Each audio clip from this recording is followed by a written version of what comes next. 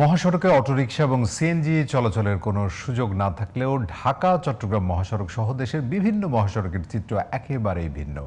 অধিকাংশ মহাসড়কেই প্রতিনিয়তই দাপিয়ে বেড়াচ্ছে ব্যাটারি চালিত অটোরিকশা এবং সিএনজি, প্রায় ঘটছে দুর্ঘটনা, ঝরছে প্রাণ। দ্রুত মহাসড়ক থেকে অটোরিকশা চলাচল বন্ধের দাবি জানিয়েছে বাস ট্রাকের চালক এবং যাত্রীরা। কুমিল্লা প্রতিনিধি মহিউদ্দিন ভূঁইয়া এবং আশুলিয়া প্রতিনিধি শামীম হাসান সীমান্তের সহায়তায় রিপোর্ট করেছেন ফারিয়া হাফেজ নিঝুম।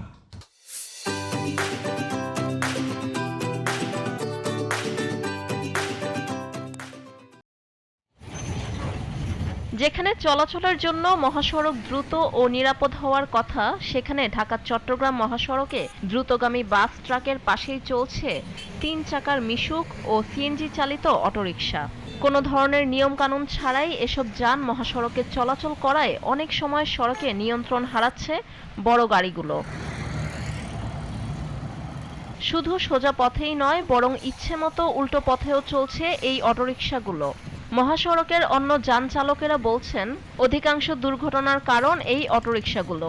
মহাসড়কে এই অটোর কোনো লাইসেন্স নাই, কোনো কিছু নাই, এটির জড়াতে আমরা মতন অনেক দুর্ঘটনা হইতেছে। তারা আইসে মনে করেন আমাদের রানিং গাড়ির সামনে দিয়ে করিয়া ঢুকাই দিলে মনে করেন অনেক টাইমে আমাদের ব্রেক কন্ট্রোল হচ্ছে না। একই অবস্থা দেখা যায় সাভার ও আশুলিয়ার সড়ক মহাসড়কগুলোতে। বাড়ছে দুর্ঘটনা, জীবনের ঝুঁকি নিয়ে চলছে যাত্রী ও যান চালকরা।